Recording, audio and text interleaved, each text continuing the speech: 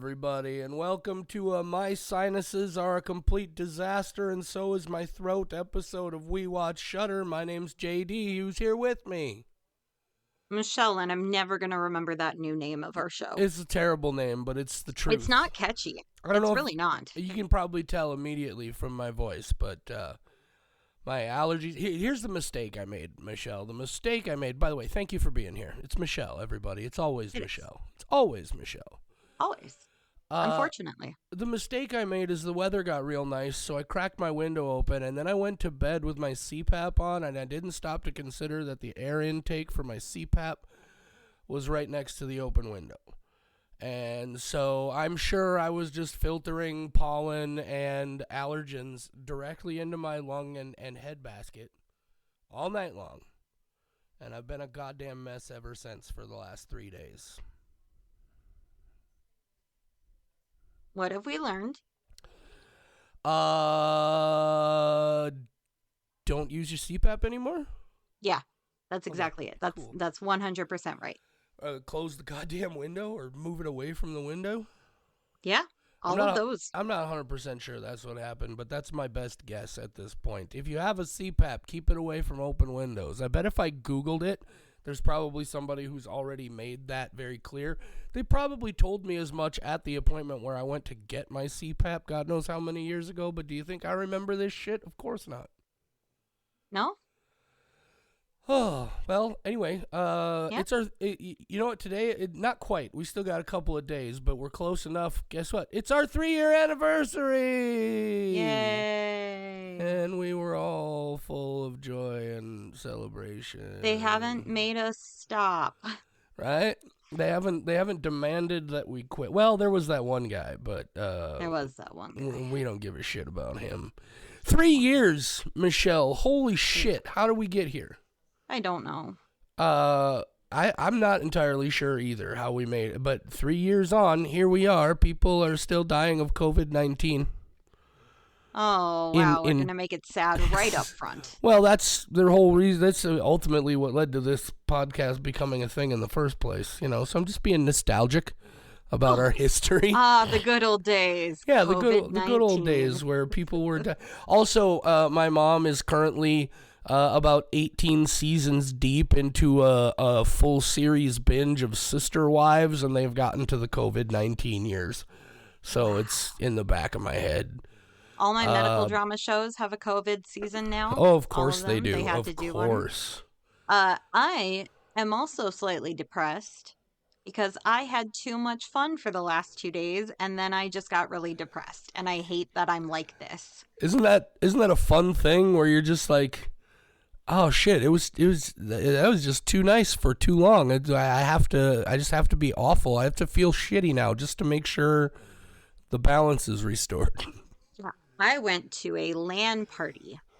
I had never been to a full-blown house party where the entire garage is full of everybody's computers, and it's all just dudes drinking Red Bull and Mountain Dew and yelling in happiness and sorrow as they battle. It was so fun. And I highly recommend it. It's peak nerd shit. You just hung out and watched?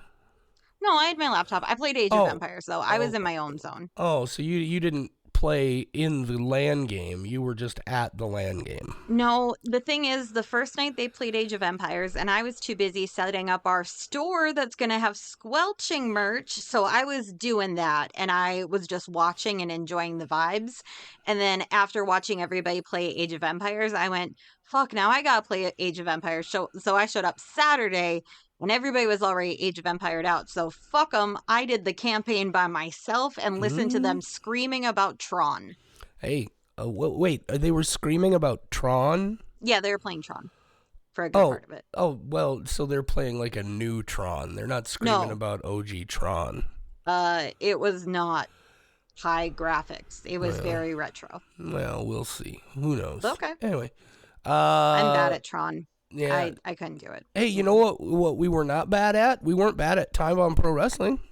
No, we were not. I'm actually wearing a Time Bomb shirt. I saw that. We a couple of days ago. It's been a minute because of life and stupid life things, but It was awesome to get back out to be a part of Time Bomb Pro Wrestling thing earlier this week as part of our 3-year anniversary. So technically the 3-year anniversary is Tuesday, but we're not going to just delay the episode till Tuesday just for a technicality.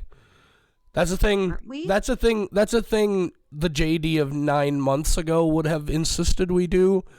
But you absolutely plotted it out trying to make it. So I that would was be the trying to 300th nail it episode. You tried hard. exactly. Yeah, 300 episodes for the 3rd anniversary. Turns out we didn't make it. It's okay. But it only became okay, and I was only willing to accept it when it became literally impossible to deny it wasn't going to be able to happen. And I was real sad for a couple of minutes because, God damn it, I love symmetry and structure. And I kept forgetting the reason that we were doing today's movies, which maybe we should just get into it. They already know. They already know, They might Michelle. know. But they might be like me, where they just line up a bunch of episodes and listen all at once. I'm very behind on Wizard and the Bruiser. I'm so far behind on Wizard and the Bruiser that I found out via the Facebook group that it's no longer Wizard and the Bruiser. It's now Nerd of Mouth, and there's a 3rd host. That's how far behind I am. I haven't even gotten to that announcement. Hey, Michelle. Yeah. Do you know how many podcasts I've heard of in the last couple of years that changed their name halfway through the podcast? 7. Quite a few. Yeah. You remember when we talked about changing the name of the podcast? I remember when you talked about changing the name of the podcast, and I went, fuck no. Yes, we are exactly. not rebranding. No.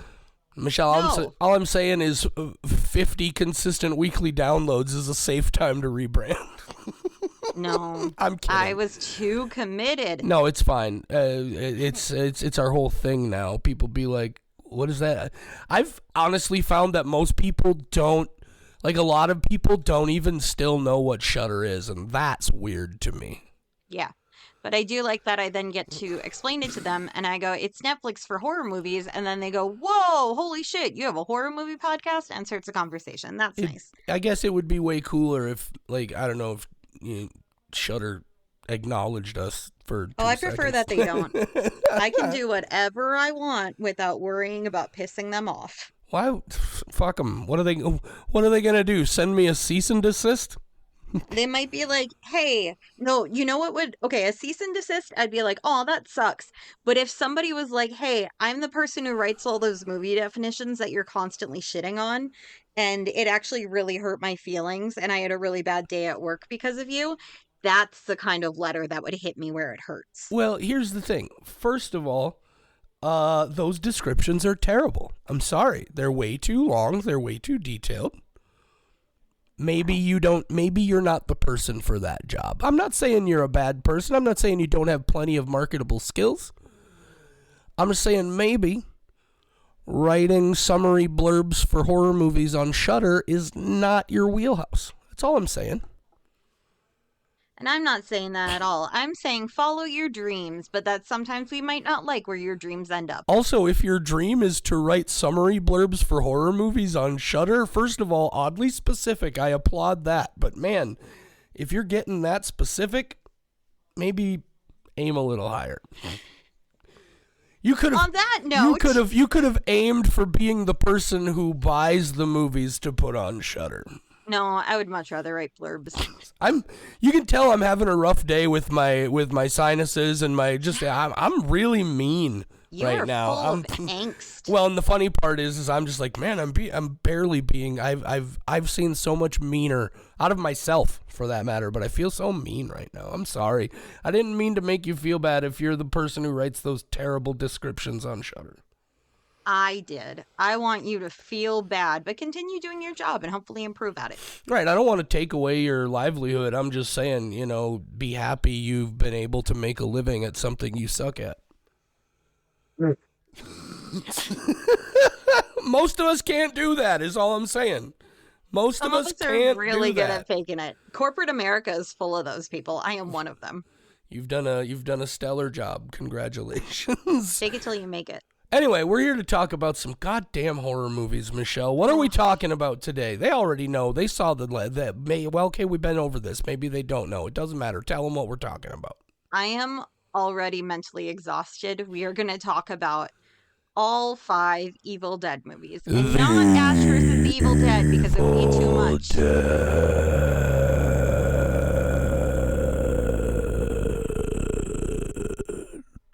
I'm sure that felt really good with the way that your throat has It was honestly very quiet. I was just leaning very, very close to the microphone, and it's a hot mic, so it's still gonna sound crazy. But my don't throat's sexually okay. harass the microphone. Well, it's not a living entity, Michelle. Oh, so you're saying that microphones can be sexually harassed just because they don't care about it? No, I'm saying that they can't be sexually harassed because they're not living things with genders. I'm dead inside and I can be sexually harassed. Yeah, but you're dead inside, but you also have a gender. Are you saying that non-binary people who are dead inside are subject to harassment?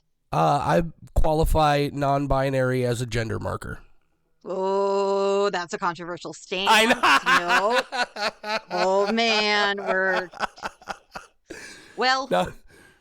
Agender. That's have different. Have a good day. Agender. It is a classification.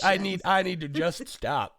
I am just. What's happening right now? Please allow me to cover my ass. What's happening right now is I'm saying things before I stop to think about them because they sounded like they would be clever at the time.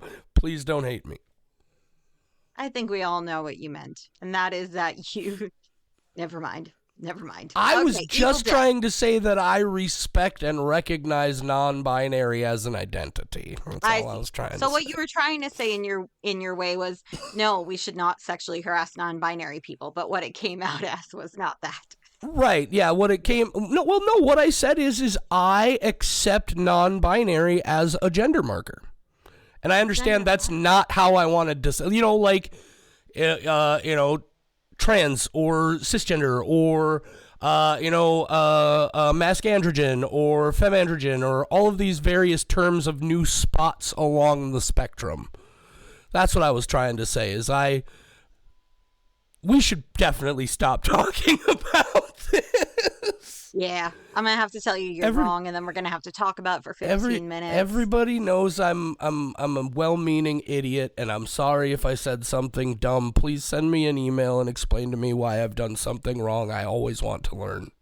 It would be great if somebody could phrase it better than I would be able to, so that you can tell him all your thoughts. Okay, let's get into it. We are 12 minutes in, and 13 minutes, Michelle. 13 minutes. We're not fully 13 minutes in because we do a countdown. And okay. Well, now we're like 13 and a few seconds. So this is the longest episode of my life. It's about to get so much longer because I don't know if you mentioned it, but we're talking about 5 movies today. I've been trying to mention it for a while. Michelle was really concerned when we started this up that I wasn't gonna maybe be able to pull this off today on account of how messed up my sinuses and throat are, but what she doesn't know is I'm the motherfucking Shawn Michaels of podcasting. I could be flat out on my goddamn back, but you ring the goddamn bell and I'll be out there having a 5-star match. Well, I don't know if pulling it off is what I define this as. Oh, well, you usually look, if we make it to the finish line, we've pulled it off, Michelle. We're talking about The Evil Dead, guys. Michelle said it a while ago. I steamrolled right over it like I do. The Evil Dead franchise. Originally, we were gonna do the OG trilogy, and then I saw that the Fede Alvarez 2013 version was also going to be coming out on Shudder. By the way, I believe all of them but Evil Dead Rise are, as of today, available on Shudder. I'm not 100% on that, but they should be soon. Evil Dead Rise is on HBO Max. Yep. That's the only one that you can't get on Shudder. But we saw they were coming. We saw it was our anniversary. We decided we'd do another. We did that insane episode where we talked for 3 hours about 7 Saw movies, and we said, hey, that was a nightmare we'd like to relive. Let's do it. So all of them are on Shudder. I just looked. Awesome. Thank you for taking the opportunity to double check that while I babbled and babbled. I'm glad that Michelle knows what I'm doing. She knows. I know what you're doing. I don't know what I'm doing. That's part of the Well, problem. I was going to say, I'm glad that you know what I'm doing because I don't know what I'm doing. So, I don't really well, then know we're in an much of interesting anything. boat. The Okay. Evil Dead, Yeah. 1981, actually starts way back in 1978 with a short film called Within the Woods that became a now legendary early 80s horror film, The Evil Dead, rated X at the time. Stephen King said it was one of the scariest damn things he'd ever seen. And then there was a whole thing, and it garnered some notice. And then they did Evil Dead 2. And we got a lot to talk about with Evil Dead 2 because there's this whole thing about Evil Dead 2 being a remake. We're gonna have I'm gonna have some things to say about that. Michelle has told me that she might have some things to say about that as well, but we'll see how it goes. Then, of course, you have the 1994 classic Army of Darkness, where the series. 1992 according to IMDb. What? 1992 according to IMDb. Was it 92? I thought it was 94. Anyway, 92 works for me Could have too. been wide distribution 2 years later. 92 for Army of Darkness. And then you get the Fede Alvarez actual remake in 2013. And then Evil Dead Rise, which I think is more of a requel than Evil Dead 2 ever was. But that's what we're talking about. I have seen all but one of these movies so many goddamn times. Michelle, how much Evil Dead is in your bloodstream? So I figured it out. Out of all of the 5 movies, I had seen each of them somewhere equal to or between 0 and 2 times. And on average, I had seen each movie once because I had seen one of them 0 times and I had seen one of them twice, and the rest I had seen once. I would like to propose 2 things at the start of this discussion. One, that we don't have a spoiler free section. We're just going to talk about Evil Dead. So much of it overlaps. We are going to spoil stuff for you. It's going to be so hard otherwise to figure out what goes in which section. Agreed. And they're Agreed. kind of the same story retold in Yeah. several different ways for a lot No, of it. that's So, fine. Everybody knows. Look, if you don't know The Evil Dead by this point, go fix your life before you listen any further. the second thing is that you can't get mad at me. I'm going to have some opinions and you're not going to like them. Well, Michelle, I can't promise that I'm not going to have a very viable, very valid reaction to something until I know what it is. I'm sorry. I mean, Okay. if you say a dumb thing, I'm gonna call you on saying a dumb thing. Good for you. Because I'm never dumb. So there. I've never said room or goo. Never once. Definitely not that person. Oh, I this still is- get shit. This Two could and a half be years this later. could be very interesting. All right, could be. so let's of course start at the very beginning. A very good place to start. The Evil Dead.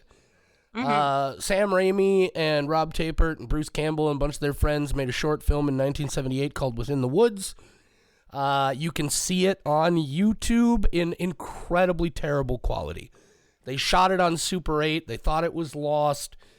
Somebody found an old third generation copy of a copy of a copy of a copy. They scanned it. It's available. But that movie, that half hour, opened the door to, I'm just going to tell you, one of my absolute favorite, best of the decade, best ever horror films, and that was The Evil Dead. Michelle, do you remember when you first saw The Evil Dead? Here's my history with the first Evil Dead movie. I did not grow up with the nostalgia of this movie. I don't remember ever watching it growing up, which is weird because I grew up with horror, but there are some of those classic films like this where I don't have a memory of it. It's just not one of the ones that got put on in our house. So, what I had always heard about The Evil Dead was what a great comedy it was. And I think the first time I have an actual memory of watching this movie was several years ago as an adult and knowing how everybody talked about how funny it was. And that colored my thoughts going into the movie, and it made it a bad experience because I did not find it funny. Um, I rewatched it a couple days ago and was very happy that I cleared out those thoughts and went, no, this is a horror movie. It just has a couple campy moments. And that made it more enjoyable. But society ruined my first time watching it. And so I never watched it a second time Yeah, until a couple days ago. I'm glad you mentioned that because that's actually one of the big things that has long been contentious. Because look, the rest of the franchise, or at least Evil Dead 2 and Army of Darkness, yes, they become more deliberate horror comedy, right? That's true. So the franchise as a whole, at least in those first three films, was certainly dominated by horror comedy. But this actually, Bruce Campbell gets this question all the goddamn time, still to this day, on convention tours or whatever. And his line is the same all the time. He's like, guys, a tree rapes a woman in that movie. Oh, I got words about In that scene. in what world did you think we were making a comedy? And again, like you mentioned, again, like you look back at it now with modern eyes, and because of the insanely low budget of it, even at that time, yeah, some of it comes across as very, very campy. But that's one of the things that frustrates me so much about The Evil Dead, is that people still to this day consider that first film also a comedy. Please, Michelle, you're going to have a much more valid voice than I am. Tell us all about that just whole really difficult scene. Yes. Okay. So I like to look up lists of most fucked up movies and then watch them. It's one of my hobbies. I just enjoy feeling upset. And rewatching The Evil Dead a couple days ago and going into it with the mindset of this is a horror movie and I know that now. That tree scene, I don't think I've ever seen it on a list of most fucked up moments from horror movies. It Oh, absolutely it's should be. fucked. It It is insanely bad. yeah, Not bad, but like just like dark. Like I can't believe it comes from this movie that everybody is always mistaking for comedy, which I yeah. do think they just have their thoughts. They haven't seen it in a while and they're thinking of Evil Dead 2 and they kind of combine the two and they're like, "Oh, it was really funny." And they don't realize like they are Yeah. very different movies, but And I that think tree scene's fucked up. yeah, again, like I mentioned, I think also a lot of people when they talk about the Evil Dead, in a lot of ways they're talking about the entire original trilogy as a whole and not stopping to consider. But yeah, even like I've seen the original Evil Dead more times than I can count, right? But even this most recent time, going back to watch it, that scene, even with, I mean, there's a lot of other violent and brutal and aggressive stuff in that movie, but that scene, of course, because of its sexual element, goes to another level. And there are, well, I should say there is one shot in particular, is very quick, but it's very critical to how brutal the scene is, that I don't remember ever seeing before. And so, like, that's how intense this shit is, right? Is like, I've seen it a bunch of times, and there are still things about it that I'm finding that just make me say, oh, fuck. Like, it is so severe that it's, even to this day, it's almost enough to take me out of the movie completely. It's so fucking rough. What's the particular scene? Now I gotta know. I don't Or the so shot. I vaguely remember obviously there are the vines wrapping around her leg and going up under her dress, Oh, and that what I I just don't realized we haven't told people the plot of this movie, and we have so many listeners who will never go watch this. well, we didn't do a spoiler free section either, I but know, but I mean, they might not know the scene we're talking about. And everybody out okay. there, aka Sarah, Kristen, people who aren't going to watch this movie, there is a part where a woman goes into the woods, gets grabbed by a bunch of branches, her legs are spread apart, and a branch slithers its way up into her. So that's what we are referring to. Okay, so and that's how I remember it too. But there is a moment in this that I did not for the life of me remember, after the vines swirl up her leg and move under her skirt and are grabbing and ripping her clothes off and everything, there is a very quick shot of a very large, very severe looking vine that is not nearly as flexible and squirmy as the rest of them, that just plunges like a goddamn spear chucked out of a cannon just directly into her groin, right? Just directly into, and I don't, for the life of me, I didn't remember ever seeing that specific moment. And because all I remembered was the more subtle stuff, right? And that just fucking hit me like a ton of bricks. I was like, Jesus, that's fucking brutal. Yeah. It should definitely be on lists of Yeah. most fucked up horror movie And moments. I imagine it doesn't make them because the rest of the movie around it doesn't quite elevate to that level. But goddamn, it's something that those of us who do, and I won't lie or sugarcoat it, I do still very much appreciate the movie.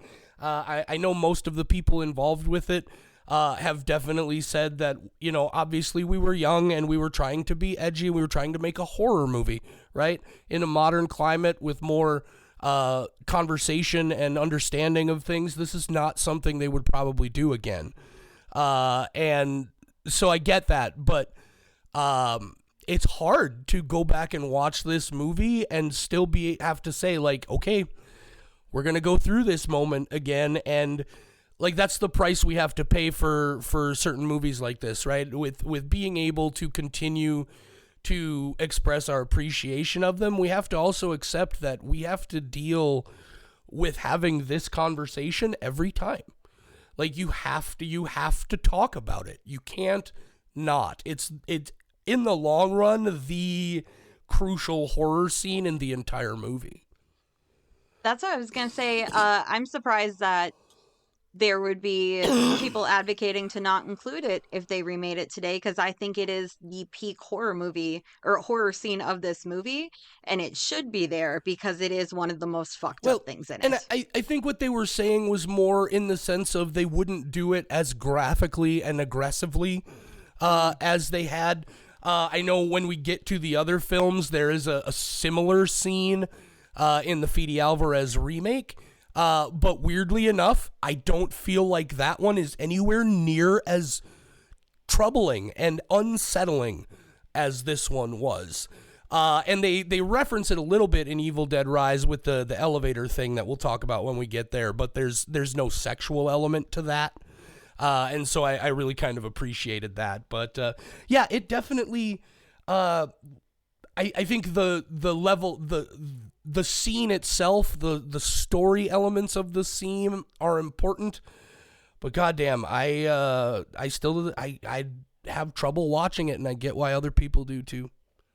And I think the 2013 one is more upsetting. So Really fascinating. Yeah. interesting. Okay, yeah, we'll get to that. We'll have to get into that when we get to the 2013 one, but that one fucks me up even more. So, the do you want to do a quick full rundown of Yes, Evil Dead? please. Go ahead.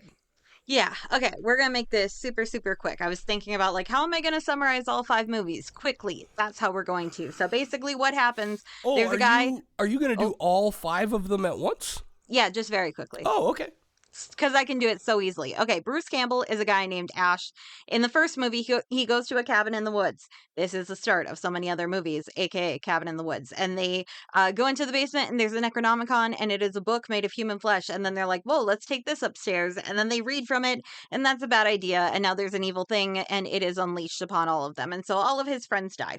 And he's fine. And then the second one, the sequel, not the remake. The requel, according to Bruce Campbell. No. Yes, he says requel. That's Bruce Campbell's words. We'll get into it. Okay. But it does a short retelling at the beginning because they didn't have the footage rights to the first one, and that's why they had to do it that way. And then now we're in campy territory where I messaged JD and went, I apparently have never seen Evil Dead 2 because there's no way I would have forgotten whatever the fuck this is. And I had to stop for the night and try it again the next day because what the fuck? Ash loses his mind. He goes crazy. It's basically the same kind of situation from the first one. There's a Book of the Dead. He's crazy now. Other people show up and everybody's going crazy. Everybody's dying. So that happens. And then he gets transported into back in time. And now Army of Darkness happens and he's fighting against Bill Moseley and a bunch of skeletons in the Renaissance period. That's what you need to know about it. He is a metal hand. At the end of Evil Dead 2, he chops his arm off with a chainsaw because it's gone evil. And honestly, that evil arm thing is my favorite thing from the entire collection of all 5 movies. The part where the hand's like dragging his body behind him, so fucking good. So there's that. And then now we're into the 2013 Fede Alvarez, which is a remake of it and is arguably, according to me, the goriest. It is very fucking wet. And all the stuff from the first movie happens, but wetter. So now there's people and they're all dying in a cabin, and there's one guy and he's shady as fuck, and we'll talk about him later. And then we have the 2023 one, which is now Evil Dead, but it's an apartment, and there's an earthquake, and the apartment flooring opens up in the garage parking ramp, and they find the book, and then the teenager, being a fucking idiot, brings it upstairs, and now there's records, and now he's unleashed it upon everybody else. And now the evil is out there and it's dead. And that's basically, it's just kind of like retelling the basic plot over and over, with the exception of Army of Darkness doing its own goddamn thing. It's still about the book, but that one completely, like all the other ones, have similarities to the point where one is an actual remake. One is argued over being a remake slash sequel slash requel because it's so similar at certain points. And then the Evil Dead Rise one is also kind of, it's definitely not a sequel, but it still follows the formula, of find a book, bad shit happens. That's what happens in all of these, is find a book, people get possessed, bad things happen. Army of Darkness, though, fuck, we're fighting against skeletons. Yeah, Deadites. They're not, they're Deadites, Michelle. I know that they're Deadites. I actually had the joy of introducing my friend Tristan to Evil Dead. She had not seen any of them. I don't know if she'd even heard of them before. I got to explain what a Deadite is. Unfortunately, we only had time to watch the 2013 one. I had already watched the first 2 by that point. And so we started with that one, and it's very wet. So she had a good time. It's very wet? Yeah.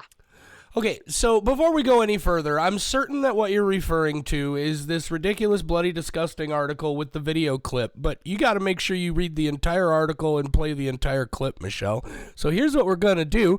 I'm going to play the clip, and we're going to listen to it, and then we'll talk about it, okay? Michelle, are you there? I am here. Are you? Oh, I was waiting for you to reply. Well, I don't think if I said yes or no, it was going to change the outcome, so I didn't bother. Well, no, but it does put me in a holding pattern. Okay, I can't move without your say so. Oh, now, I do love that idea. The idea of not being allowed to move without me wow. So I think what we're gonna do is you and I are gonna listen to this, and then I'm gonna have to edit it into the podcast. And then we'll talk about our reactions. So, there's an odd thing about Evil Dead 2. There's a weird little trivia in that people think that Ash, the character Ash, was stupid enough to go back to the cabin with a new group of friends because the way it was retold, we didn't own the rights to our own movie that was done by New Line Cinema. The second movie was done by Dino De Laurentiis. Well, we didn't have the rights. We couldn't get the rights to our own movie, which is the most ridiculous thing ever. So we just shot a recap with different actors as though that was the recap. But people thought, what's with all, he's coming back to the same cabin with these new people? What? So there's a big debate of is Evil Dead 2 a remake or a sequel?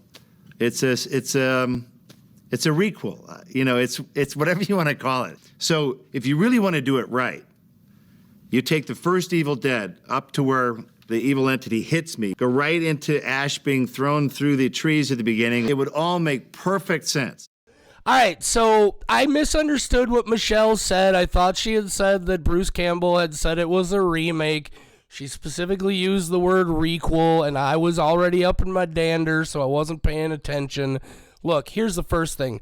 Requel is fucking dumb. That word doesn't exist. I don't agree with it. Get it out of here. This movie is a sequel. It is a requel. Because they had to film the beginning again because they didn't have the rights to show it and they wanted to Michelle? do a recap. So they had to remake the beginning. Yeah. Show me where the word requel entered into the lexicon and tell me how far away from when this movie was made it was created. Show me where The term here's my point. will hurt you. Here's my point, Michelle. The word requel only exists because of movies like this. And the argument is not whether or not it's a requel. The argument is it a sequel or a remake? And it is absolutely not a remake. It's not. The first 7.5 minutes are a reshooting of and summarization of the plot, and everything from that point is sequel. 90% of the movie It's not a remake. It is It's not not a remake. 100% a sequel. It is 10% a recap. Well, okay, in that case, then, Michelle, is Friday the 13th Part 2 not 100% a sequel? Is Friday the 13th Part 3 not 100% a sequel? Is every movie that ever did a recap of the movie that came before it not 100% a sequel? Is that what we're saying now? I'd be okay saying that.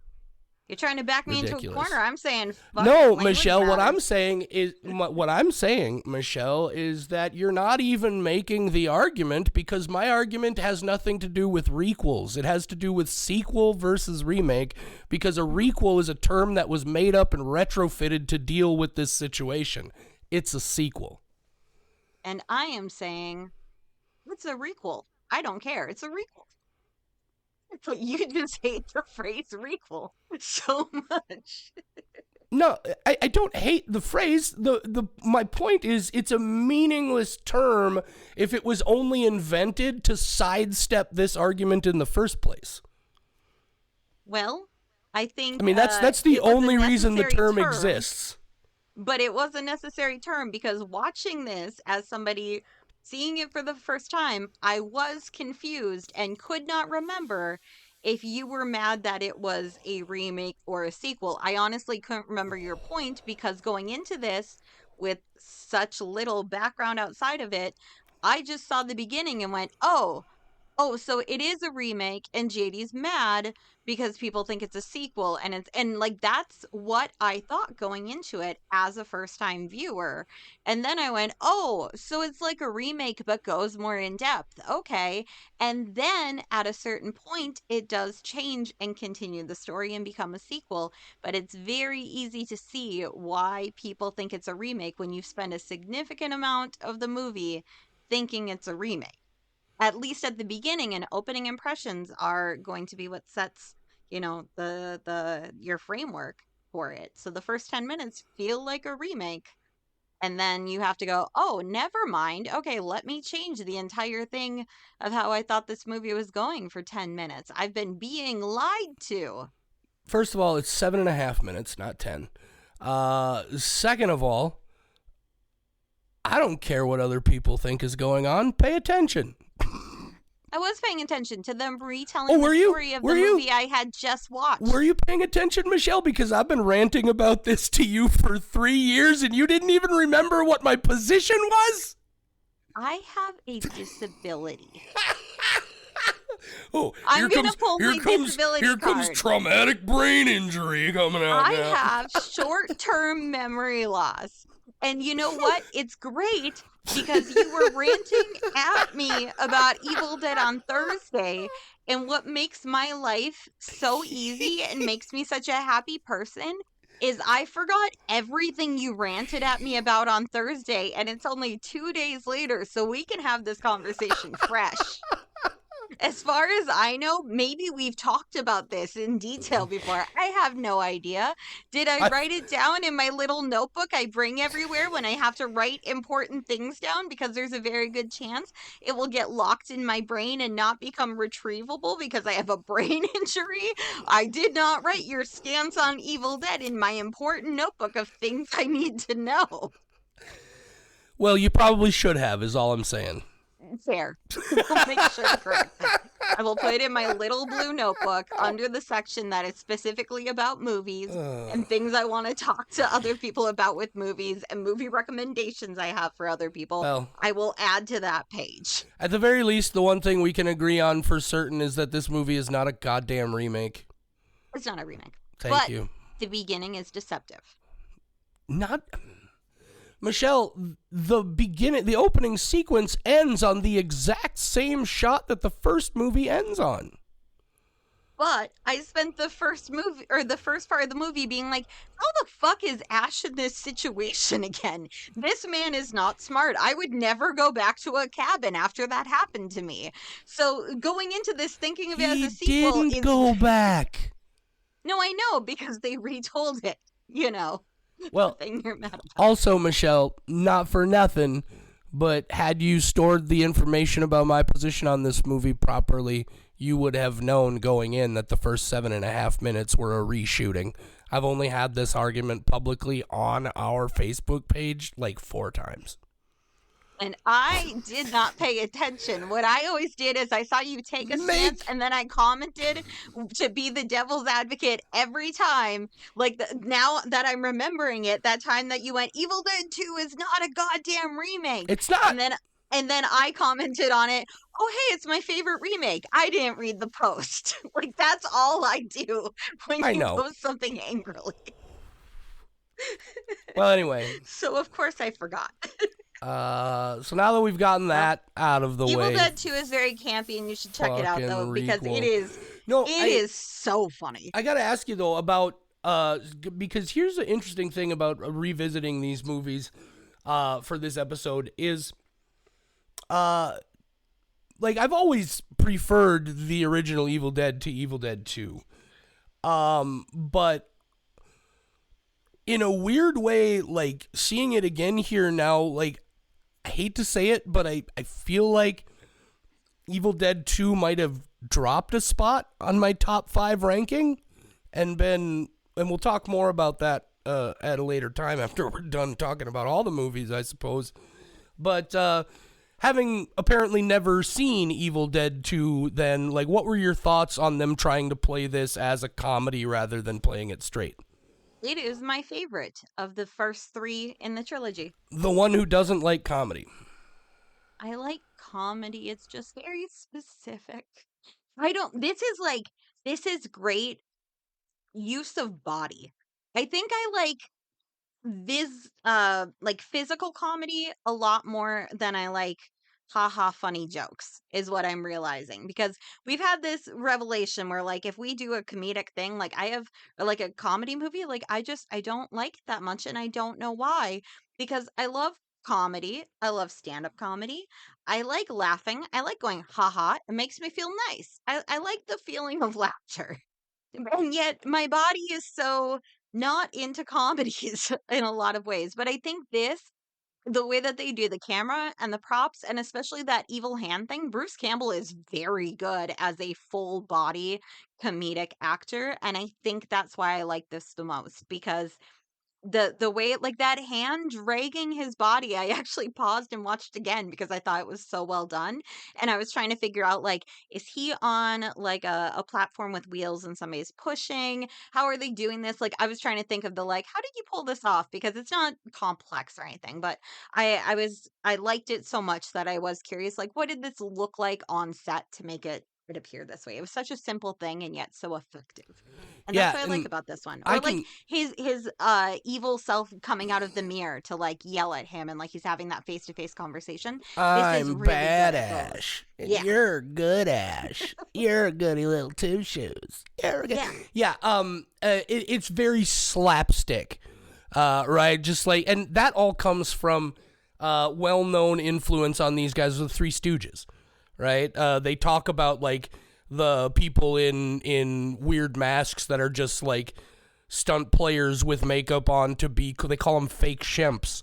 In the credits, they call them fake shemps, and that's taken from the Three Stooges when the fake shemp came along. It's a whole thing if you don't know the Three Stooges. But yes, it's very slapstick, very ridiculous. I think, I don't know, for some reason, even with Evil Dead 2, I feel like probably a big portion of why I don't connect with Evil Dead 2 as much is because I connect with the first one so much. I think seeing that same thing, because you're not wrong. They reimagine a lot of the gags, right? You'll notice every one of these movies has some kind of sequence where somewhere along the line there's a fountain of blood that gets spewed directly into somebody's face, and it's an obscene amount of blood, and it goes on and on forever. They got little shit like that going on all over that they're referencing throughout all of the franchise. But I think just being as close to the original as it was has always made it feel a little off to me, which I know is unique among Evil Dead people. Evil Dead 2 is maybe the most highly regarded in the entire franchise overall by the fan base. And I do still enjoy it. It just doesn't quite work for me quite as well as the original did. I liked Evil Dead 2 so much that I went, oh, this is why people don't remember the first Evil Dead and they think it's a comedy. You're because absolutely Evil Dead right. 2 is so good. Yeah, because it's Evil Dead 2 got a much wider release. It had a lot more attention, bigger budget, that sort of thing. And so that's where most people came into the franchise, is with Evil Dead 2 and Army of Darkness, and had to go back to pick up the original. So I could definitely see that too. Army of Darkness. Oh, sorry. Go ahead. Yeah, go ahead. I was just going to say, I'm very excited that I get to put this on my list of sequels that are better than the originals. It's a very coveted list. It's not a sequel, I thought, Michelle. I never said it wasn't a sequel. I just said it is a requel. That's a different thing than a sequel. They're not the same. Well, can't have it both ways, Michelle. Other things on this list: Ace Ventura: When Nature Calls, Shrek 2, Porky's 2, The Devil's Rejects, Evil Dead 2 is going on the list right next to Shrek 2. You can take that first one you said that just left my mind completely. Ace Ventura: When Nature Calls? Yeah, you take that one and get the hell out of here. There's nothing better than Ace Ventura: Pet Detective. Except Ace Ventura 2: When Nature Calls. Okay, well, we should probably just continue on with this conversation at another time. I am a gigantic Jim Carrey fan, and I will fight you. You aren't a gigantic anything, Michelle. You're little. Oh, thank you. I lost some weight. That's not what I know. Jesus. Wow, I just keep walking into shit. Anyway, Army of Darkness. Ain't my fault I'm so fit. Army of Darkness, the third film. Sucks. This was actually what they wanted to do for the second film. They wanted him to go. Yeah, they wanted him to go back in time and do the whole time travel thing as the second film. The producers were like, that's a little further than we're willing to go and still pay for. And so we got Evil Dead 2, and then we got into Army of Darkness. Army of Darkness is the first one I ever saw. This is where I joined the franchise. I can remember seeing commercials for it on TV and just saying to myself, that looks like a good time that my parents will never, ever, ever let me go see. And I was correct. I believe it played at the theater in Jamestown for exactly 1 week and then was gone. And I finally saw it. And this, to me, what I love about Army of Darkness and why it works for me in ways that Evil Dead 2 don't, is because it's so different, right? It's the Army of Darkness is in most ways its own thing. It is the most non-Evil Dead of the Evil Dead movies, if that makes sense. It's with the time travel, the even further stepped up ridiculous comedy, Bill Moseley is fucking awesome in that movie. But Army of Darkness, for me, works because, again, that slapstick, ridiculous, quotable Bruce Campbell comedy, and it's just so different. I watch these movies out of order because fuck it. Time is an illusion. It doesn't matter. But also just with the way that my schedule is working out. And I was like, this I can watch as background noise on my tablet while I'm working. Like The Evil Dead can just be on a slightly smaller screen, and that's fine. I don't need to appreciate every single moment of this movie. So I watched it based on like, can I give this 100% of my attention because I am not as familiar with the work or not. So the order I watched it in was The Evil Dead, the first one, Evil Dead 2, Evil Dead Rise, the 2013 Evil Dead, and then Army of Darkness. And I think I have figured out the perfect order to watch these films because I decided to do Army of Darkness last because Evil Dead 2 was so much. It was overwhelming to the point where I felt so exhausted that I'm like, I've seen Army of Darkness. I can't do that right after this one. There was a lot in Evil Dead 2, and I was like, I need a break. So then I watched Evil Dead Rise, which is like I think kind of the most serious version of it, of this story being told, and then Evil Dead, which is the absurdly gory one, and then Army of Darkness. And I feel like that sandwich of like the comedy being separated, I figured out the formula. That was the perfect way. I think you could flop 2013 Evil Dead Rise, but because Evil Dead Rise is probably my favorite of the five, with Evil Dead Ooh, 2 being my okay. favorite of the trilogy, Okay. but Evil Dead Rise in the middle. And then it's not like I'm ending on a sad note where it's like, oh, now we're completely different. I still get a lot of gore first, and then I get a ridiculously campy comedy. No, I get you. It's interesting to me. I'm really looking forward to talking about the Fede Alvarez 2013 film because it's interesting to me that you find that one to be the absurdly gory one, and I feel like Evil Dead Rise has way more gore and blood and guts than Evil Dead 2013 did. Yeah, we'll have to talk about it because they are both gory, and I love gore, so that's why the two newer ones work for me. And I know you have feelings about Fede Alvarez's, and I am looking forward to actually talking about those because I know you don't like it, but I've never like paid close enough attention of like why, other than you like the first so much and it didn't Well, do it and justice. I'm this is part of also why I'm really excited about this episode is because I have some. I think I finally made some breakthroughs in that vein along the way. Here, we'll talk about it when we get there. Army of Darkness. I ranted about that one a bit. I know you said you watched it last. You've mentioned before that this is not really your kind of thing. How did you feel about it this time around, just as a movie on its own? I okay, again, very different experience than the first time I saw it. And I think just like these older movies where I didn't grow up with them, so I don't have the nostalgia. As an adult, I kind of don't want to watch these older movies because they are so like held to in such high regards that there's no way it's going to be as good for me. It never is. And Army of Darkness, I love Bill Moseley. We got to meet Bill Moseley, and then after that is when I went to watch Army of Darkness for the first time, and I didn't know anything about it. I didn't even know that it was and that it was part of the Evil Dead franchise for a very long time because I thought it was just Bruce Campbell and Sam Raimi doing a different thing because this is so completely removed. I mean, obviously it's a sequel of Evil Dead 2. Like it's not that I'm arguing that but it is such a detour from the formula that the other four follow, where now he's just in medieval time. Yeah, He's got a lady and he's fighting a bunch of guys and like yeah, helping them. Like it's so different. But I think like it more this time because I knew what I was getting myself into. and I think if memory serves, that was part of why the original idea after The Evil Dead is they wanted to go immediately to it was going to be called Evil Dead versus the Army of Darkness.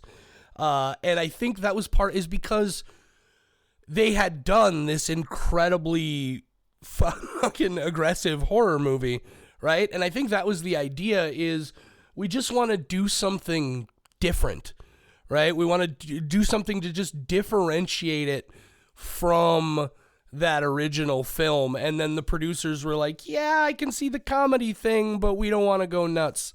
But the other thing you mentioned there that I can say for sure, if you watch Evil Dead 2 and Army of Darkness one right after the other, it does get to be a lot. I'm a fan of this franchise overall, so far as like the percentage of the films in the franchise that I really, really enjoy.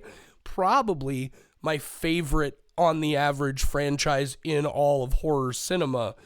But I saw all three of them in a theater for Halloween in 2001, and sitting in, it's a fucking lot to take it, because the thing about comedy, as you well know, is I was about to say comedy has a sweet spot, right? About 90 minutes or so, and everybody, if you've done your job well for 90 minutes in a comedy, everybody's fucking exhausted. They're not ready to laugh anymore. Exactly. So yeah, it does get to be quite a bit.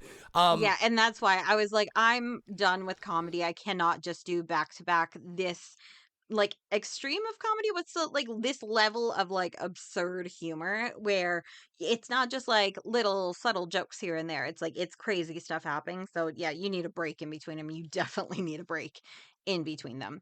One thing I forgot to say about Evil Dead 2 that I just want to throw in as a comment. Evil Dead 2, I spent a lot of time in video rental places growing up. My mom and my uncle worked at our local one in our small town, so spent a lot of time there, and then obviously renting movies all the time. Grew up in a small farm town. It was basically the only thing that I could do Was for that Uncle entertainment. Jeff? That was Uncle Jeff. Of course it was absolutely Uncle Jeff. Of course it was Uncle Jeff. So I spent a lot of time in video rental stores. The Evil Dead 2 cover scared the Legendary. shit out of me as a child. Legendary. And I Yeah. think that I have very, very like I remember being terrified of the cover, and I think that's partially why I never watched the actual movie. I have memories of the cover. I have no memories of ever actually watching the movie. But why the full eyes and the human skull? Why did they have to do that? It's so fucking I'm not a fan. But I am also a fan because I do like to feel upset, but it's really fucking scary, and then it's the slapstickiest of the films. Yeah, for sure. That's just not how human anatomy works. So before we move on, then, anything else that you wanted to say about Army of Darkness? I had something and I have forgotten it. Yeah, it doesn't seem to fit in, and so that's why putting it as the fifth movie in the watching order is correct. Army of Darkness, also interestingly enough, is actually the only film in the series where they refer to it as the Necronomicon. They call it Necronomicon Ex Mortis. In all the rest of them, it's Naturam Demento, which I believe is supposed to be the nature of demons, but they call it the Book of the Dead, Naturam Demento.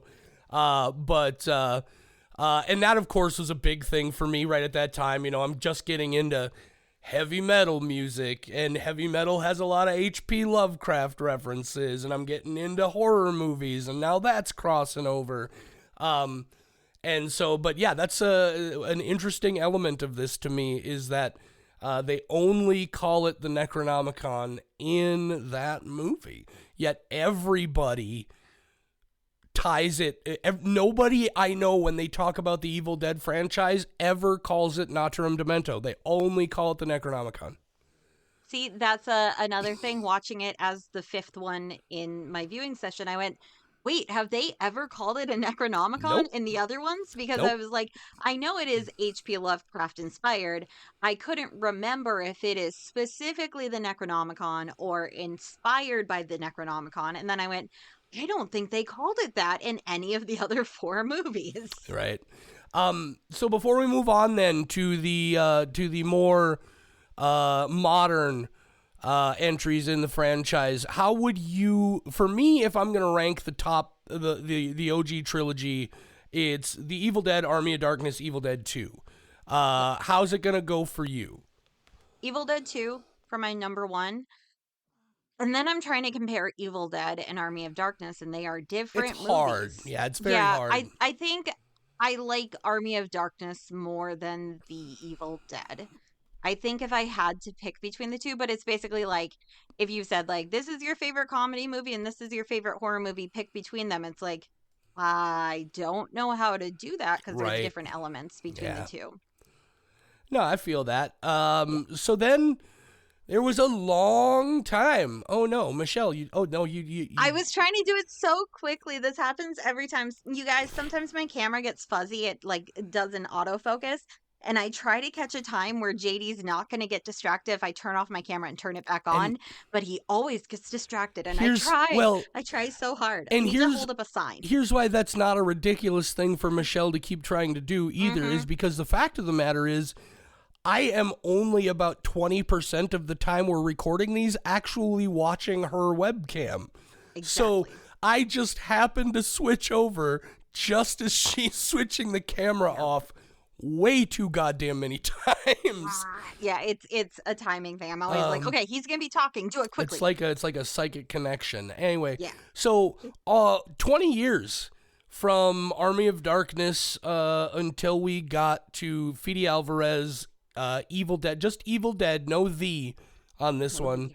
Side note, by the way, also no the on Evil Dead 2. The only one with a the is the first one. The. I mean, the Army It of is Darkness. Oh no, it is just the. Army of Darkness. Yeah, you're right. Never It mind. is. Jeez. It Okay. is the Evil Dead, and I like that. I imagine calling this one Evil Dead was just to avoid potential ridiculous legal scrabbles or whatever, and to differentiate it a bit. But going into this one, for me, there had been a lot of hype, of course, because I'm from that generation that came up with the original three, right? And so there was a lot of expectation.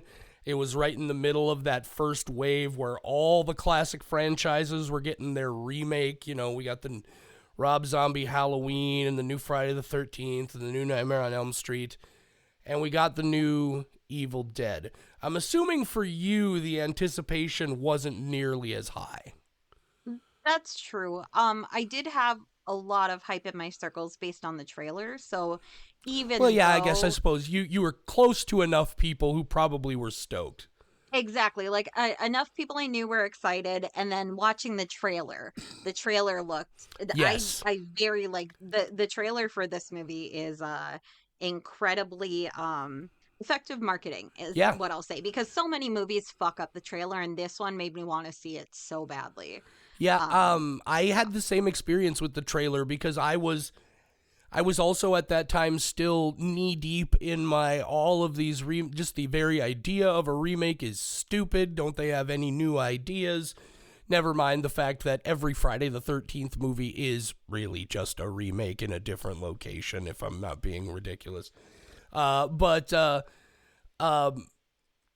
I just I had that nostalgia tie and I had that expectation and I was expecting it to fail, right? I was expecting it to not live up to anything. And then I saw the trailer. And I believe it was a Red Band trailer because I don't know if I did, but I have the memory where I believe I saw the tongue splitting in that trailer. They may have that's what showed me. I very vividly Yeah, remember. they may have Yep. shown me just enough of it because having watched the movie for the third time now, there's no way they showed all of that in the trailer. Unless it was a Red Band, no fucking way. But I got real cautiously optimistic. And well, I've been very vocal about the fact that that's the one film in the franchise that doesn't really work for me. It still doesn't. But you've said some things that tell me you had a much different experience with this movie, so why don't you hype it up? This one makes me physically uncomfortable in ways that the other four don't, even including Evil Dead Rise. That's why Evil Dead Rise is gory. There's some really cool deaths and cool mutilations. It's not even that everybody's just dying in cool ways all the time. But this one it makes me cringe. It hits all of these points of things that make me uncomfortable. For one, eye trauma. Although my Oh, complaint fuck, yes. for Jesus. people who haven't seen this, again, our friends who only like to listen to us talk about horror movies and not actually watch the horror movies.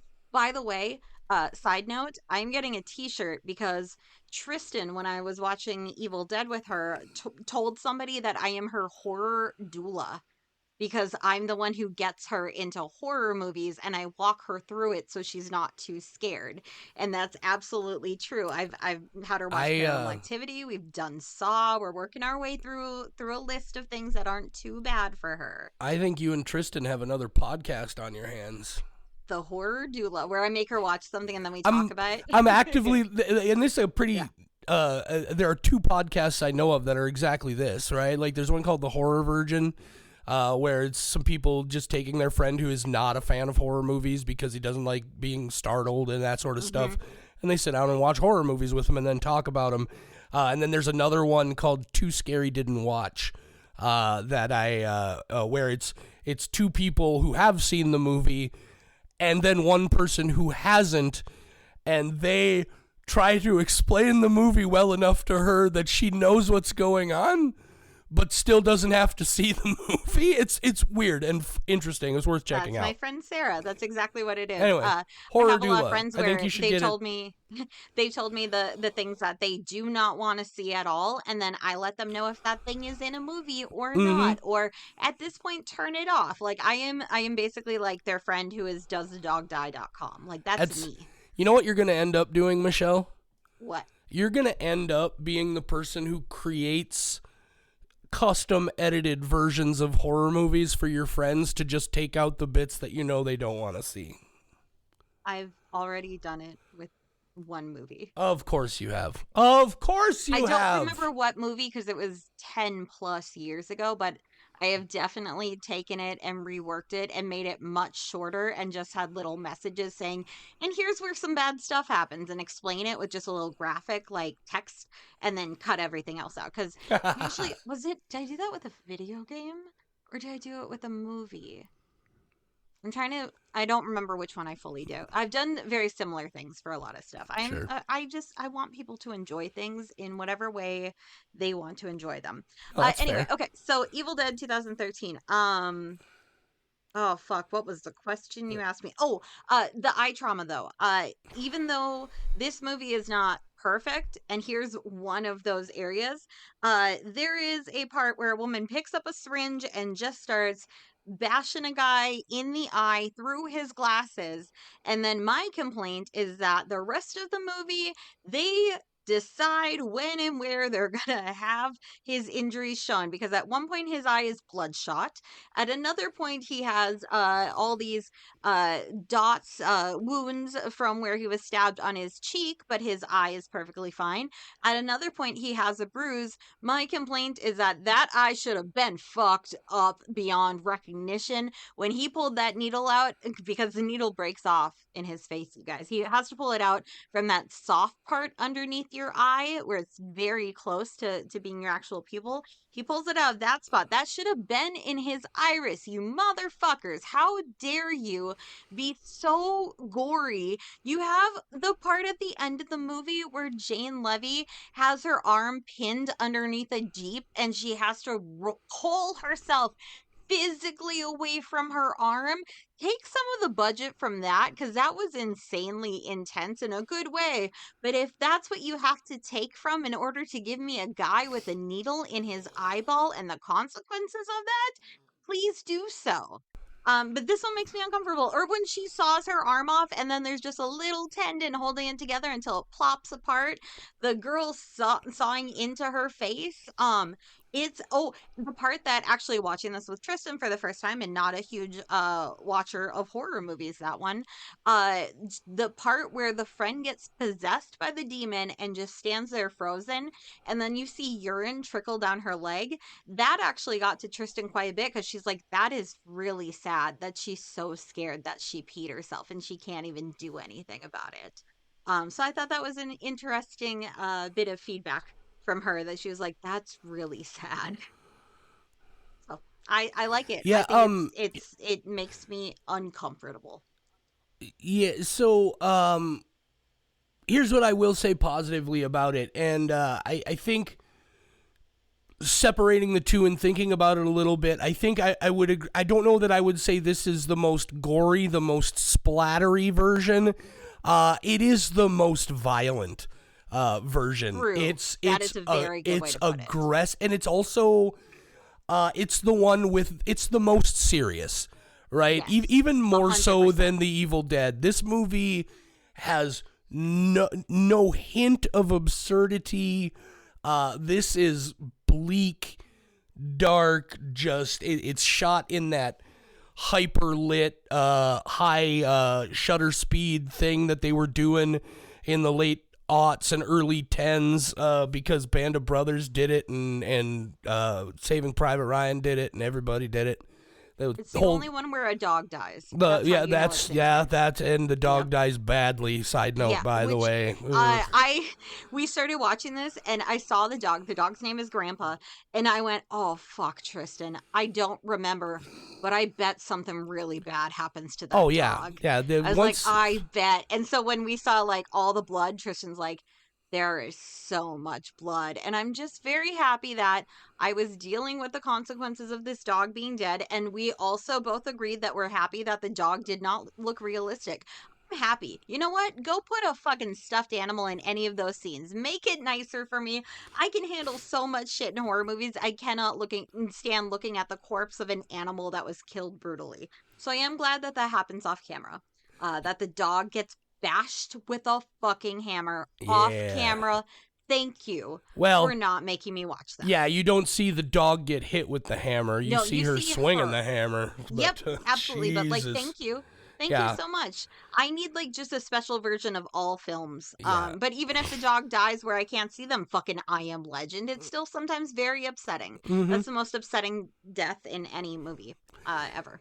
Yeah, so in that sense, this is definitely it is the most aggressive of all the movies. My experience when I went into it was this, something that was really driven home to me here on this rewatch, because I watched all 5 of them in order in 3 days. Something you will notice about The Evil Dead and Evil Dead 2 and Army of Darkness, all 3 of those films, there is almost no setup whatsoever. The camera's like in The Evil Dead, the camera's rolling, and the first thing you see is the evil spirit's perspective, right? Watching the car travel through the woods. Like the bad guy, the evil spirit is there from the get-go. We don't spend any time learning much about these guys. All we know about them is there's some friends who decided to go off to a cabin in the woods for a weekend, and they found this book, they played this tape, and shit went fucking haywire. This movie takes a half an hour before anything happens, because it's working on character development, it's working on building pathos into the story, it's working on adding all of these elements. And that's fine if that's what you want. What I can tell you is that in my life, before I saw this movie, I did not ever hear a single person I know who enjoys The Evil Dead who said, "Oh, those movies are great, but you know what they could use more of? Character development." I didn't care about what they were trying to do, and that made it very difficult for me to be able to enjoy that movie. Now, in retrospect, and being a more a less critical kind of person, I can definitely understand why people like it. But so all of that stuff up front, it seemed like this movie more than any of the others. I believe it is. I think it's the longest by a couple of minutes, but it feels to me so much longer than the others. And I think that's just because I have this lack of connection to the story that's going on. And then also at the end of Evil Dead, they show you the monster, right? The evil spirit embodies itself, crawls out of the ground like it shows in the book because the rain has started. And that's the other thing, is I never heard a single person ever say, you know what would make Evil Dead better is if the invisible spirit turned into a physical monster and we saw it. You know, we've always seen people possessed by the spirit, but we've never seen this thing that's supposed to be the spirit incarnated, and I just didn't care. right? I didn't care about any of that, and so this movie didn't function for me at all. And that's going to get really interesting when we talk about Evil Dead Rise. Evil Dead 2013, not the Evil Dead. I love that story setup. That is partially why it works for me. Because Oh, I knew enough about the original to know that shit was about to pop off in that cabin. They were going to find a book and bad things were going to happen. So making it so that Jane Levy's character, whose name I have forgotten, she is recovering, or she's going to be detoxing from drugs. yeah, she's And coming her off friends, heroin. yes, and her friends are like talking to her brother and saying she's tried this before, it didn't work. We're going to make it so she can't leave the cabin this time because she has to get clean, and we're not giving her a choice. This is tough love. This is what we got to do. And so going into it with that setup and being like, well, shit, stuff is definitely about to happen to this girl in particular, and she is going to have nobody there who believes her, and everything is just going to look like a symptom of what she is experiencing, and she's just going crazy because she's coming off these drugs. And that built up a lot of anticipation for me about what I was about to watch. And I think it actually really paid off for me. I agree with you that the monster showing at the ending, I felt pretty neutral about it. I didn't like it. I can't even say I really disliked it. It was just like, oh, that's how we're ending everything that just happened. It felt like we'd had bigger moments before that Yes, point. I'll agree with that too. And where I was like, this is the point we're ending the movie on. Okay, I guess that's fine.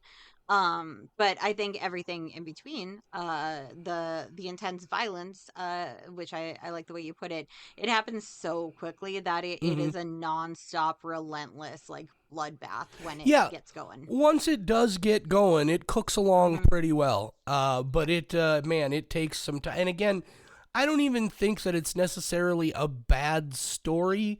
This is just not the movie franchise where I wanted that story. And that's why it didn't. There were a couple of things then, as I always like to do. You always nitpick more when you're not connected, right? Because you're not Absolutely. sucked in. Uh, Things that have annoyed me about this. There's one big thing in particular that has annoyed me about this movie's plot since the day I saw it in the theater. Because I saw it in the theater. I didn't see it again until a couple of years ago. I watched it again just because I was revisiting the Evil Dead films at that time when Evil Dead Rise first came out. And then I just saw it for the third time here. And what annoys me is when they get to the cabin. So in this movie, this is a cabin that has been in their family for years, right? They used to come to this cabin when they were kids. It's a place they know. When they walk in, they do mention that there's a little bit of an odd smell in the place, and they immediately start cleaning up because it's all dirty and dusty. But they've come to this cabin a million times before, metaphorically speaking, in their past, and none of them knew there was a cellar door under that rug. And even if they didn't, they were cleaning up the place, dusting and cleaning everything up. You're telling me nobody at any point moved the rug from over the cellar door and found, oh, a cellar door. Also, did you see how many fucking cats and other animals were strung up and rotting in that room? And you're telling me the smell was just a nuisance smell to them? They didn't walk in and weren't just immediately... That's not a fucking airtight, insulated cabin. There's no way they don't immediately find that stuff in the basement. There's no way any of that happens like that. Like, there's still blood on the floor underneath the rug when they move it and find the cellar door. Why are they just finding it if they know this cabin? Why didn't they notice all of that stuff happening? And again, that's the kind of shit you look at when you're not drawn in. I completely disagree. I would never move a rug unless I absolutely had to. It will stay there. I will Okay, just vacuum on top of it. okay. Even that, though, when they do finally look at the cellar door, they act surprised as if they didn't know it was there. Yeah, they might not have. It's not like they're the ones who put the rug there. It was their grandparents' house. No, my point is they've been to you're telling me they've been to this cabin tons of times when they were children and they didn't, maybe they've never actually been allowed to go down there, but you're telling me 5, 6-year-old kids playing around never moved a rug out of the way and saw a cellar door and wanted to know what was down there? They knew it was there. I don't know why children would just go moving rugs all the time. That your whole thing hinges on that the rug has to move at some point so that they can know. I've never gone to like my grandparents' house and been like, I'm gonna move this fucking rug in case there's a cellar door underneath it. I bet you've been to your grandparents. I bet you've been to a place where somebody had a cellar and they said, oh, I got to go down to the cellar to get some things. You're telling me in all the times they visited their grandparents there, their grandparents never even mentioned the cellar? I don't think their grandparents would ever mention the cellar where big, spooky, scary stuff is. None of that stuff happened until after their grandparents were gone. Listen, cellars, as a rule, are big, spooky, scary places that I do not want children to be in. So I would not tell them. I don't like cellars. I'm terrified of fucking basements and the cellars. point ultimately is these are the kind of nits I pick when I'm not caught up in the story, and it drives me nuts. Also, as someone who has a lot of experience with dead animals, unfortunately, after a certain point, the smell isn't that bad. So, depending on how many years, and it has been quite a bit, according to those corpses, that cabin's not going to smell as bad, because they're past the point of wet, rotting, and now it's just a husk. Okay, my response to that, because I've spent a lot of years thinking about this argument and rolling around, my response to that is there's no fucking way these hoity-toity, snobby, suburban white people were even putting up with a faint, rotten animal smell. No way. I don't believe that group of people, because they're white folks. Wow. White folks can't live in... Did you see the car they were driving? Actually, no. It was a Jeep. Yeah. Is a Jeep expensive? Fuck if I know. I don't have one. I've never seen a Jeep and been like, man, those people must be loaded. Well, I have friends who are Jeep drivers. I'm just saying I've never been like, whoa, big money. How do you think they afford all those rubber ducks that they give to each other? Oh my God, don't even get... I have so many friends who have Jeeps. I really do. And the duck thing is a point of contention. Some of them love it, some of them hate it, and I just will never have those friend groups cross. That's probably for the best. But no, so that's... I will say this, having finally seen it a third time, I have reached a point where I'm willing to say that I don't think it's a bad movie. Of course, I try not to say anything's a bad movie anymore. It wasn't what I was looking for from a place of nostalgia from the earlier films, and so it didn't work for me at that time, and I've never been able to connect with it. That's fair. I like that it's wet. It is. Oh, it's very wet. There's a single squelching subtitle. There is only one, and that's very disappointing. And it's not even the squelchiest part of the movie, but I did get to grab a squelching subtitle from when she's in the shower essentially cooking herself. I think that, to me, maybe I mean, it's not a kill in the movie. It's not a death scene, but maybe the pain moment or the horror moment that, aside from the eye thing, like that fucking tattoo needle right up near, or maybe that's in the other movie, syringe. But the syringe right up, oh God, eye stuff, no fucking thank you. Yeah, there's eye stuff in both the 2013 and 2012. But that shower scene where the water is just getting hotter and hotter and hotter, and she's just, I mean, I assume you may have been as well. I've been scalded by very hot water. And it's for me personally, the way my body works, one of the most excruciatingly painful things I've ever felt in my life. And so that scene for me personally is real tough. I bet it smelled delicious. Oh, I bet she was just cooking like soup. Delicious. Well, Evil Dead Rise. Evil Dead Rise, the most recent entry in the film. Lee Cronin wrote and directed this one, I believe. Correct. We saw this one together in the theater. It was me and you. I have a question. Uh-huh. Is this the one that we saw together, or is this one where you were late and you sat off in completely different seats? No, because I Um, was sitting right next to Stephanie because we joked about Stephanie. yes. So you guys sat in completely different seats because you didn't realize I had grabbed your ticket. Oh, yeah, you're right. That's what this one was. Okay. Oh, okay. Well, I we was asking because I technically knew that we saw happened it at some together. point. I Yes. know. Yes. I was curious. As some movies, I don't even we've seen remember that sitting until beside you each other. just mention it. So Yeah. that is definitely a thing that happened. Because we totally thought that you didn't make it to the movie.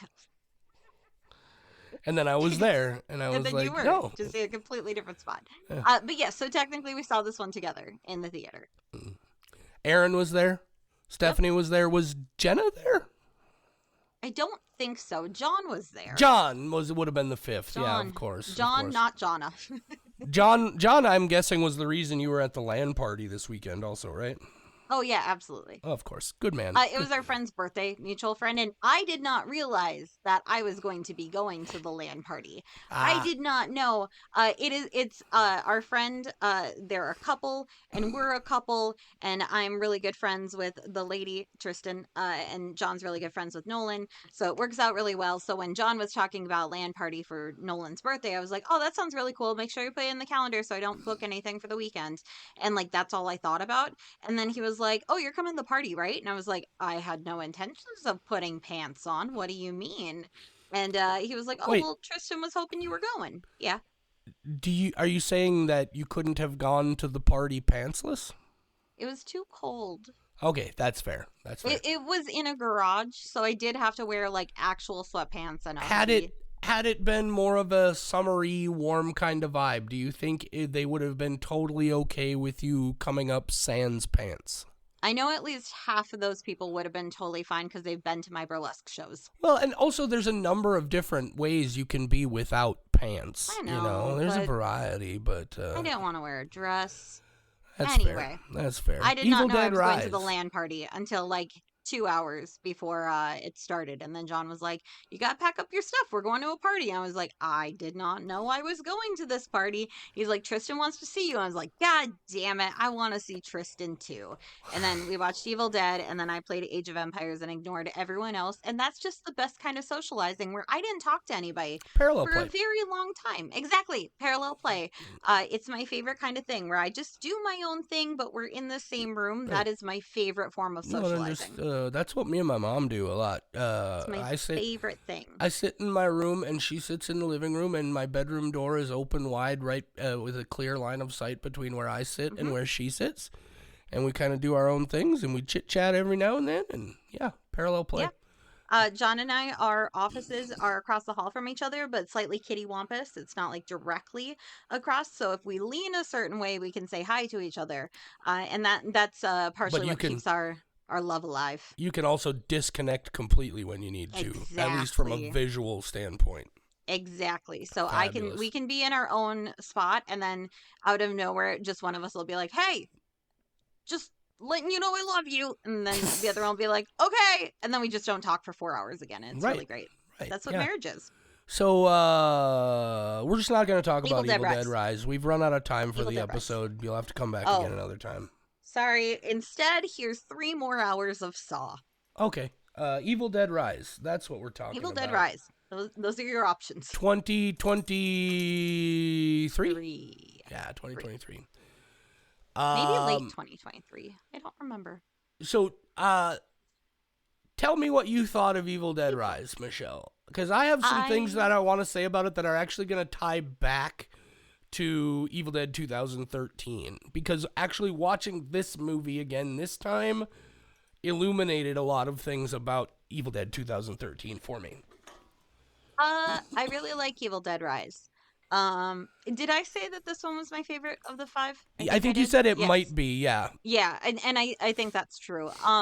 It is a good blend of campy with legitimate horror and legitimately like ridiculous effects.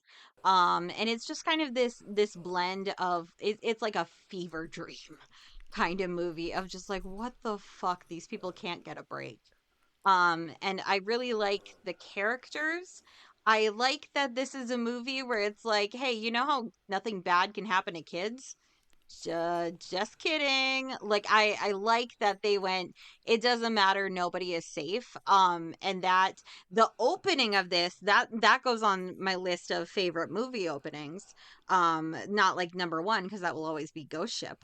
But it has like some of my opening like favorite 5 minutes of the movie is that whole she's reading Wuthering Heights and the girl on the bed is saying what the lady is reading simultaneously, and then the whole Throwback like to the cards in Evil Dead. yep, and then she gets scalped, and then the guy gets droned in the face, like all of that. And then oh my god, it gives me goosebumps when she rises up out of the water. It goes ah with Evil Dead Rise, like all of that. When I saw that in the theater, I was like, let's fucking Yeah, go. that opening sequence is fantastic.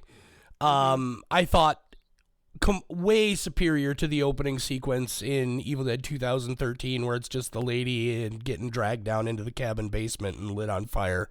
That whole thing. And I agree. One of the things about it that I really liked, because it was just, it's so simple and small, but I'd never seen anything like it before that I remember, is the title of the film, Rising from Behind the Mountains. Oh, Like from behind the mountains in the background. Just a it's really part of the reality of Yeah. the it's not title text added. This is in the background of this reality. Yeah, it's pretty excellent how they did that. Also, though, okay, I totally blanked on what I was about to say, but oh yeah, this movie was released. Well, okay, I'm not gonna say that part. I almost gave a spoiler away for another movie, but this movie was released shortly before another movie was released that has a scalping scene in it. And the people who made that movie saw this one and they were like, God damn it. Like, we thought we were going to really have something here, and then another movie came and did it like 3 months before we did. I need a very vague reminder of what you're talking about. I'll tell you in the chat. Okay, because I'm like, can you do it in such a way? Because I have no idea. Okay, I'm very curious. But the elevator scene's really great. Yes, I love the elevator scene in this because, again, it calls back to those moments in the earlier films where, you know, they have the plants, the vines that are wrapping around. Here it's the electrical cables, because, you know, they're in they're not in the woods anymore, right? They're in the city. They're in a giant rundown tenement apartment building in Los Angeles. So there's not going to be vines. What do we have? We have electrical cabling. We have elevator cabling. All that stuff.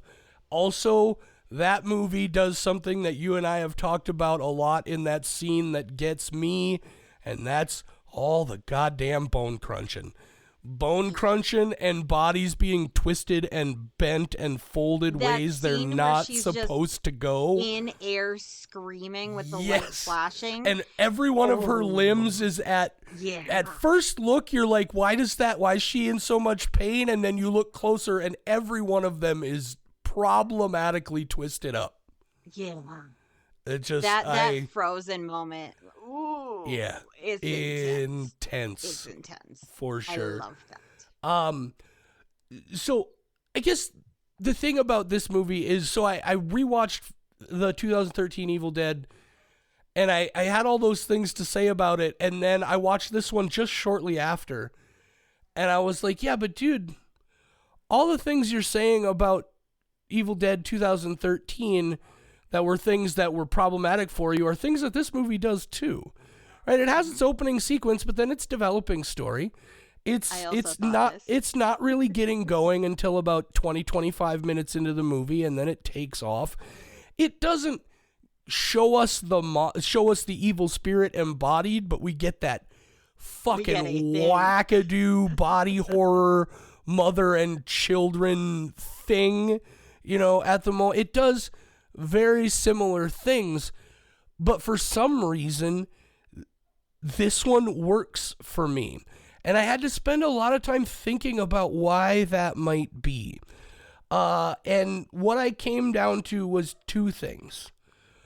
First of all, as bloody and gory and fucked up as Evil Dead Rise is, it doesn't have that feeling of menace that Evil Dead has. It has a little bit still of the absurdity of the whole thing that still brings me in, right? But then also, look, what this really is just, I didn't go into this movie expecting to hate it. I went into Evil Dead 2013 expecting I wasn't going to like it, and I didn't like it. And I disliked it so much that 20 years later, I still can't find a way to like it. 10 years later?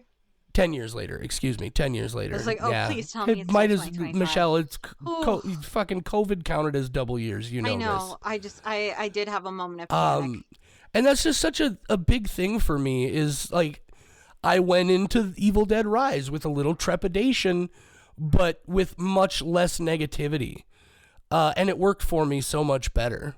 And that's just an interesting observation that I made going back. And that's why I'm glad we did this. I knew I'd find a reason one way or the other, but I really appreciated that experience. And despite this being my favorite movie, I don't like the background character development as much. That's interesting. I preferred this story to that story. Yeah. I liked the helplessness of one woman seeing it by herself and then having no one to help her. So anyway, yeah, I feel like the lesson that I've learned. See, nobody will know that we just put an edit there. Shit, now they will. Goddamn dogs. Anyway, You almost, for the first time in your life, got away with editing and not telling them. No, it's almost. Never gonna happen. Never gonna happen. Never gonna at all. happen. I was so excited. But nope. Dogs are a hoot, guys, until they're not. Anyway, yeah, try not just. And it's something that I do more of these days, because in a lot of ways, I feel like there might have been a point in time where I would have at least been able to come around on Evil Dead 2013, and maybe that point is still somewhere in the future. But I try not to watch trailers as best I can. Sometimes I lose my control and I'm impulsive and I watch shit I shouldn't see. Sometimes I go to the movie theater and I'm too lazy to get up and walk out for the 2 minutes of a trailer I don't want to see. But I will suffer through it. I'm not, by the time I get out the door, it's gonna be done. They're quick. Oh, I go out of my way to, as much as possible, not get to a movie until after the trailers are done. Oh, is like, that why you're always late to them? Yeah, I'm not late to the That's on movie. purpose. I'm not. Okay. Yeah, I'm not late to the movie. I'm there for the I movie. deliberately get there to watch the trailers, but there are certain ones that I don't want to see. Right. Yeah. There are times where I know there is a trailer that for whatever reason I want to see, and I will go see it. But no, the vast majority of why. The first thing is I got sick of showing up on time according to the schedule and have to wait 20 goddamn minutes for the movie to start. 1 or 2 trailers, cool. 20 minutes of pre-programming, get fucked. So I've just figured out, and it's somewhere between 15 and 20 minutes on the nose. It's almost every time, exactly 20 minutes. So I just look at what the time is, and I don't show up until 15 minutes after the scheduled start time. Fuck that. I like and that I they can leave do the it. lights on in our theater now, Yeah. and you can still talk throughout it. Yeah. Because then you just show up right when the start time is lifted, and then you can talk during the trailers, and it's like you're just waiting for the I don't movie like to you people, so I mean, why would I want to talk with you? start. But, That is fair. no, but yeah, so I just I make it a point to show up late enough that I don't have to worry about it. Plus, that also gives me time to get extra high before I go see the movie. You know, smoke a couple extra medicinal rips. Oh yeah, that thing that Yeah. I absolutely love to. You know me, 420 blaze it before any film. I can't even. Guys, so anyway, do you have anything else you wanted to say about Evil Dead Rise, Michelle? Let's talk about what I do love about this is I guess not technically, but this is the first time that the body horror of Evil Dead goes full-blown fucking body horror. Yeah, that final amalgamation. Like, the mom's arms get ripped off, and then the kids like crawl inside her chest and come out her arm sockets, and now it's like a weird 3-headed creature thing. And then it all gets fed into a wood chipper. Yeah, and so much blood, so much, like, this movie, far and away the most, that elevator moment alone, where it's like straight out of The Shining, that alone has got to be more blood than every other movie in the franchise. Not combined, but, like, that one scene had more blood than all of, any number of other movies. Because in Evil Dead 2013, it rains blood. I can guarantee that if we took all the blood from both movies and put them in buckets and compared them, Evil Dead would have more. That's why it's so wet at the end, because they're literally covered in blood coming from the sky. Okay, we'll talk about how much blood you see on screen, and then we'll... A lot of it? No. You see way more blood on screen in Evil Dead Rise. I plan on rewatching Evil Dead Rise tonight, and I will let you know. You gonna physically measure how much blood is actually on screen? I was going to write down the timestamps of every time there's blood on scene. Oh, Jesus. I'm not talking about how often there's blood. I'm talking about how much blood. Way to measure it.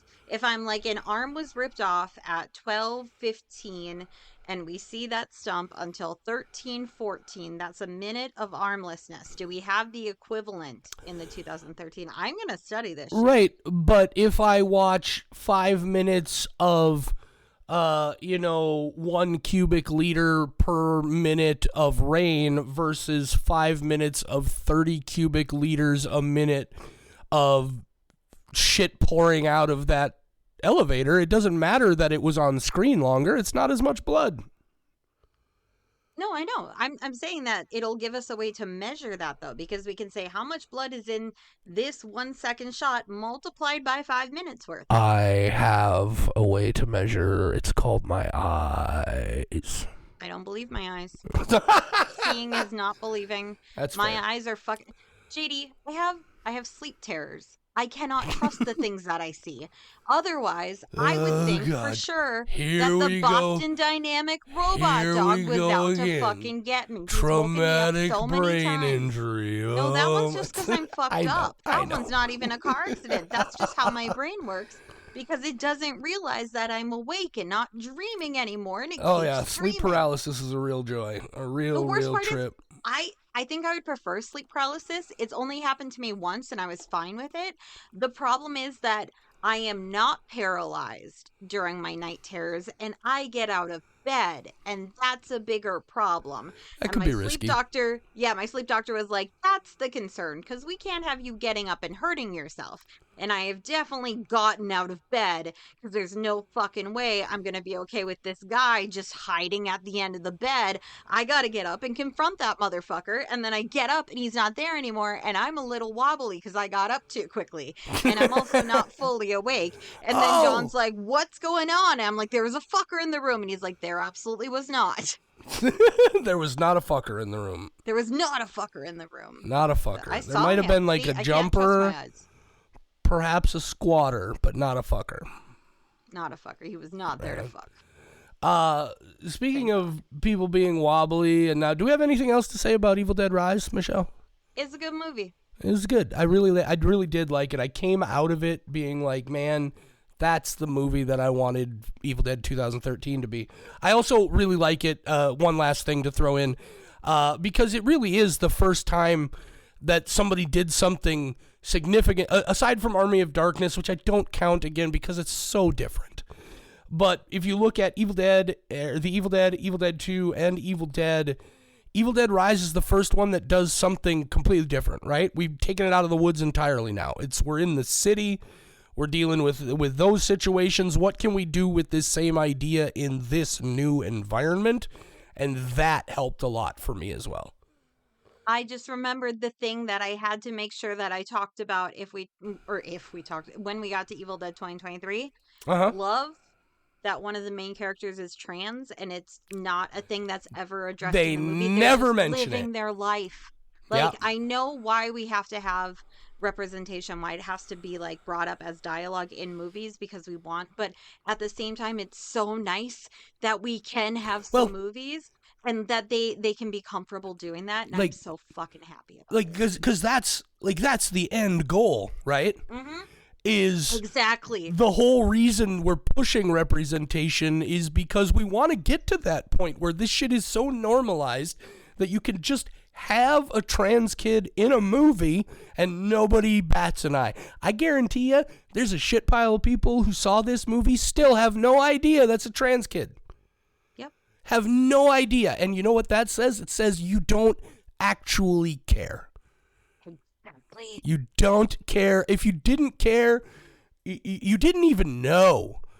And then once somebody pointed it out, anyway, we everybody's well aware of how we feel about those issues. But yeah, I really, really did appreciate that that element of it, to the extent that it, and they talk about it so little that I almost forgot it was there. Like I almost forgot that element existed, and that is a good sign of how we would like to see things go, for sure. Exactly. It felt nice seeing a movie, and I know that almost sounds like I'm saying like, oh, don't shove it in our faces. No, that's not it. I'm saying No. I'm so happy that we are getting to a point where Right. maybe we are reaching the normalization. Obviously not so much, but I'm going to be optimistic that there are at least some cases where like, yes, Well, this was not possible what it 20 years ago, and I'm so happy for that. Yeah, because what it says is this is a, I mean, it's not a massive blockbuster scale thing, but this is a major motion picture world release, very large budget involved here, very large marketing system involved here. And for that character, first of all, you would expect that the instant they said we're going to have a trans character, some producer is going to be like, oh, we really got to play that up and exploit that as much as we can, right, to turn it into a thing. And they're like, no, just going to be a trans character. They're also just the best person for the job. Right, like, yeah. It's just they're just going to play one of the kids in the movie. Right, they put on a hell of an audition. Yeah, it's what difference does it make? Exactly. Because, yeah, even in the story, it's not mentioned. And the actor, I believe, is trans also. I don't, Morgan you probably, Davies, yeah. So it's a trans character played by a trans actor. I don't And think they ever even specify trans character. This Right. is just the son. right. They never, I guess that's what I'm trying to say. And that's, you're more accurate there. Yeah, it never comes up. Not once. And I love that in a lot of ways. I agree with you on that a lot. Yeah, because it's never even mentioned. It's just a trans person got the role because they were best for it, and I love that. And I hope we can get more of that. I have thoughts that we don't have to get into. We don't The have true to, but evil we is could. all around us. Yeah, it's called, and well, let's We don't have to. let's end on a fun note, you guys. I want to. On note, I want to end angry and sad. Well, fine. You can get the fuck out of here. I'm gonna tell a story to these people. Okay, tell a story then. You already know this story. A couple of you who maybe are connected with me on Facebook already know this story. But as most of you know, I am a medical marijuana patient. And No idea. Shut up, Michelle. You don't talk about your medicine every episode. Anyway, I acquired. In the state of North Dakota, you can get flour to smoke, you can get distillates to smoke, you can get extracts. You can't go to the dispensary and buy edibles. You can get oil that you can make your own edibles with, but you can't just get edibles because the state of North Dakota doesn't allow that, because they're still on this, oh, what if the kids get them kick? And, well, that's a dumb argument, and let me explain to you why. Maybe it's not such a dumb argument. So my mom knows I'm a medical marijuana patient. I live with my mom. And I came home the other day. I have a bag of medicated sour gummy worms in my room. And I came home the other day, and I came into my room, and I saw my mom had laid the mail down on my desk. And I saw my gummy worms there, and I was like, I should probably warn her. Because Mom likes candy. Who doesn't like candy? Very rare person who doesn't like candy.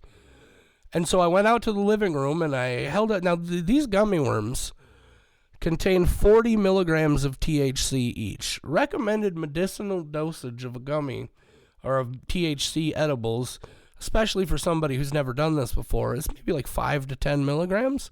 Each one of these worms is 40 milligrams. My dear old mother, 68 years old, never touched marijuana in her life. Never once. And so I want to make sure she's aware, hey, I know you like candy. These are heavily medicated. Don't eat any of them. To which she replied, I already ate like 3 or 4 of them. Which means that about an hour before I had this conversation with her, she had consumed somewhere between 120 and 160 milligrams of THC.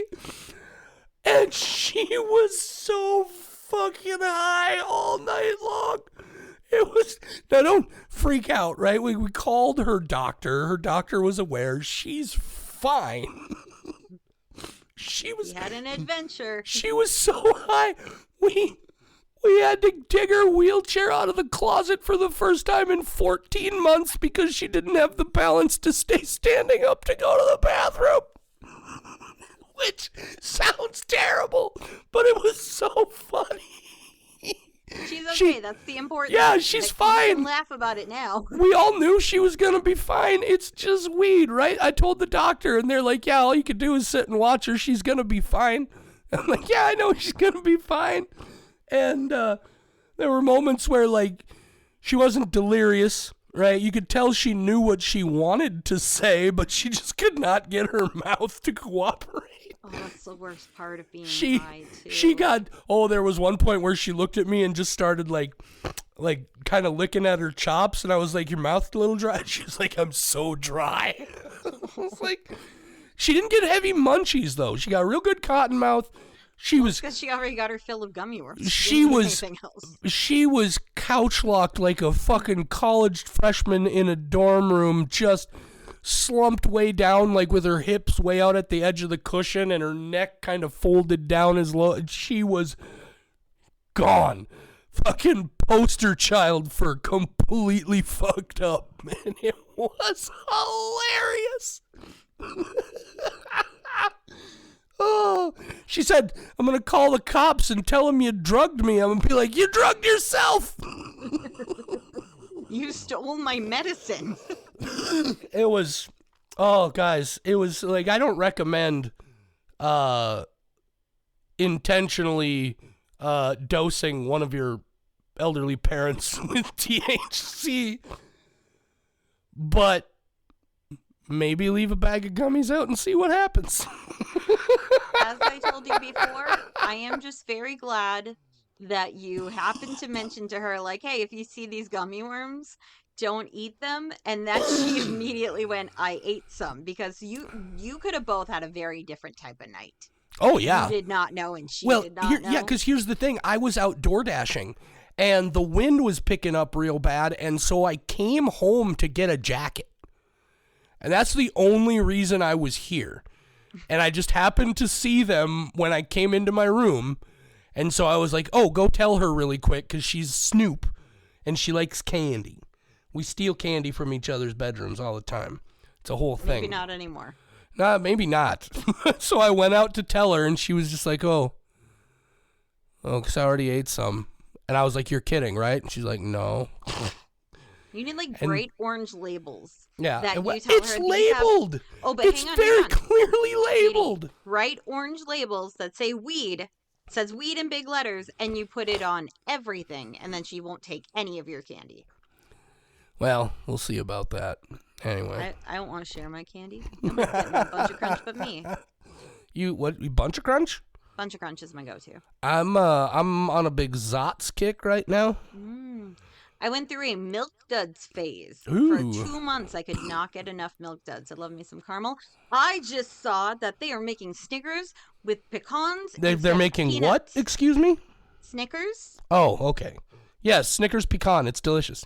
I haven't tried it yet, but I love pecans way They've more than I like they've only peanuts. been out for like almost a year. Really? Yeah. Ooh, I did not get that in the newsletter that I subscribe to called Michelle's Favorite Things. Well, you They should send me an probably email and they're like, hey, here's some shit you're going to like. you should probably contact the editorial department and tell them to get their shit together. I'm going to have to contact myself and tell myself to get my shit together for not sending myself the newsletter of here's some shit you might like, ho. Fair enough. Okay, Oh, Michelle, it's to cheating. put a nice tight bow on this thing, we ranked the original trilogy. When you add in 2013 and Evil Dead Rise, how does everything rank out for you overall? Well, here's the thing. If we are going to do this like we have done all the previous episodes where we did multiple, each one needs a number. We got to say numerically Yeah. what we consider each of them. All right. So- So The Evil Dead, what do you give it? Oh, we're going in the opposite order. I have to go more recent. It's Oh, gonna be okay. easier for me. Yeah, go ahead. So, Evil Dead Rise 4.5. Evil Dead 2013 4.75. If they had given me that eye brutalization, maybe a 5. But and I didn't like seeing the monster at the end. Army of Darkness 3.5. Evil Dead 2 4. The Evil Dead 3. Those are my numbers. Okay, give me those one more time. 4.5, 4.75, 3.5, 4, 3. Evil Dead 2 was the 4. Yes. And then The Evil Dead was your lowest score of 3? Yes. Okay, this podcast is over. I said you can't get mad at me. I'm not mad. I'm It just was you're just disappointed. Oh, it's so much I'm worse. very disappointed. Yes. I still gave it a 3. Last time I watched it, would have been like a 1.5 because I went in expecting comedy. Well, Thanks, society. you should probably Society. That's a great live in a movie. society. We live in a society. So one of the best things I've ever done. The Evil Dead 5 skulls. Evil Dead 2 3.5 skulls. Army of Darkness 4.5 skulls. Evil Dead 2013 2.5 skulls. Evil Dead Rise 4 skulls. Nice. Wait, did I say Army of Darkness 4.5? Yes. Evil Dead Rise also 4.5. Excuse me. Okay. Now, did you work out our averages? Well, you No. were. Oh, you didn't. Okay. Well, No. I'm gonna work out our averages. So 4.5. You don't have it all just made up? Well, not for all 5. So I give the entire series a 3.95 on average. All right, so I got a 5, a 4.5, a 4.5 is 9. That's 14 plus a Stop. 3.5 You is give it a 17.5. Yeah, that's about right. 4, an exact 4 on average. I give it a 3.95. That's actually way better than I thought it would be. That's actually functionally the same overall score. No, it's a difference of 0.05. I said functionally. And I said functionally it's a difference of 0.05. Well, which one of us is the numbers person, Michelle? Me, I'm taking algebra. Are you passing algebra? Yeah, I have an 8. I have a 98.7%. How old are you? It's up. Excuse me? It is college level algebra. It's hard. I have Well- to figure out fluctuations in the market. It's I'm just- very difficult. I'm just saying I took calculus in 1997, so, That was before they invented half the numbers. It was easy. You had less to work with. I didn't see that coming at all. That was before they invented half the numbers. That's the wild thing about numbers is, like, they invented them all by inventing even one. Isn't that wild to think about? That, like, an infinite array of numbers was invented once we created even the concept of numbers. Hey, JD, how many of these gummy worms did you eat? I don't have any left. They're all gone. They've been gone for a while. What I am on is a little bit of cough and cold medicine. True. Again, on account of my face being full of gunk. And my neck parts a little bit being full of gunk. But But you actually, made it through this a little bit better than I thought. I apologize again for all the coughing that you had to listen to that I'm definitely going to take out for these people. I did a really good job of just continuing to talk and pretending it was not happening, but you guys Pretending I just oh, be happy no, that no, we Michelle. Uh-oh. Okay, Michelle, this thing started to dip out on me here like it was about to give us all sorts of heck. So since we're done, let's put a bow on it before things fall apart even further. Thank you, guys. Seriously, thank you all for listening for 3 years of this show. Thank you, Michelle. Seriously, like I would not have this show if Michelle doesn't say yes. I wouldn't have done it with anybody else. No. Well, you did. I didn't do this podcast with anybody else. Fair. I was like, I did a movie podcast. I different didn't do okay, a I was horror like, movie ooh. podcast. Fair. But it's been a trip. We have gotten to do a lot of really cool things. We're in the process of doing more cool things. We talked to Jeremiah Kipp and Bill Leslie and the Addams Family and Andy Kuntz. Yeah, we've gotten to just connect with and our people. Right, I made so many friends. Yeah, that's the biggest thing to me is it's nice to get to meet, you know, those people who are responsible for the stuff you love, you know, and getting to interact even just briefly with the people who make these things. But, you know, in 3 years of doing the show, I can say that I have multiple genuine new friends in my life from all over the United States and the world, for that matter. And it has given me, frankly, there are days where it is the only thing in my life that seems worth keeping going for. And I really appreciate that people keep listening, and I really appreciate that you're here to do it with me, because I don't know what my life would be without this podcast at this point. So it is one of the few joys I have left in this cold, dark world. Yeah. Thank you guys. 3 years. Hopefully at least another 3 years, unless I get locked up and sent away. Yeah, it happen to any of us at any point. Yeah, here's what I can tell you is this podcast only ends one of two ways, and that's either Michelle quits or I die. So why can't I die? Well, that would be you quitting, I guess.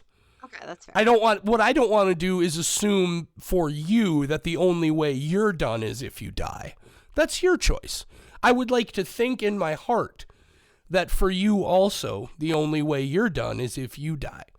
But I don't want to presume. No, this is an important thing because I have told you before that if I die, I do expect you to use that to boost the popularity of the podcast so people can be like, oh, she was so funny when she was alive, because of course they'll like me a lot more post-mortem. And then I do want you to attempt to contact me via Ouija board so I can still give you reviews. Like, at least ask me like, what would you give this out of 5? And like, that's fair. I can do a planchette. I think that's a fair deal as long as you're willing to respect my wishes as well, which is if I die, this fucking podcast goes away and never happens again. No, how will I exploit your death for profit? Okay, fine. Well, here's the beautiful thing, Michelle, is I'll be dead. I won't know if you're respecting my wishes or not. So you're gonna be a ghost. You'll know. You're gonna show up and fucking haunt me if I don't respect your wishes. Can you imagine? There's a plot for a movie we need to see. Somebody spend their whole life just goddamn convinced that ghosts aren't real, and then they die and they become a ghost. Can you imagine? Spend your whole life just certain that there's no such thing as ghosts, and then you become one. That's what happens to all of us. Well, I know, because not everybody is certain there are no ghosts. Some of you are convinced that you're not going anywhere, and so maybe you're right. Yeah. I think they're all possible in our imaginations. Anyway. Okay. All right, guys. Thanks for tuning in. We'll be back next week. What are we talking about next week? Bloody Axe Wound. Bloody Axe Wound. Interesting title that definitely kind of put me off for a second, but then I read a little bit about it and definitely looking forward to this one. We'll see how it goes. I'm gonna watch a movie. I got some movies to watch myself. We never know how to end these things, so let's just end it like this. Say good night, Michelle. Good night, Michelle.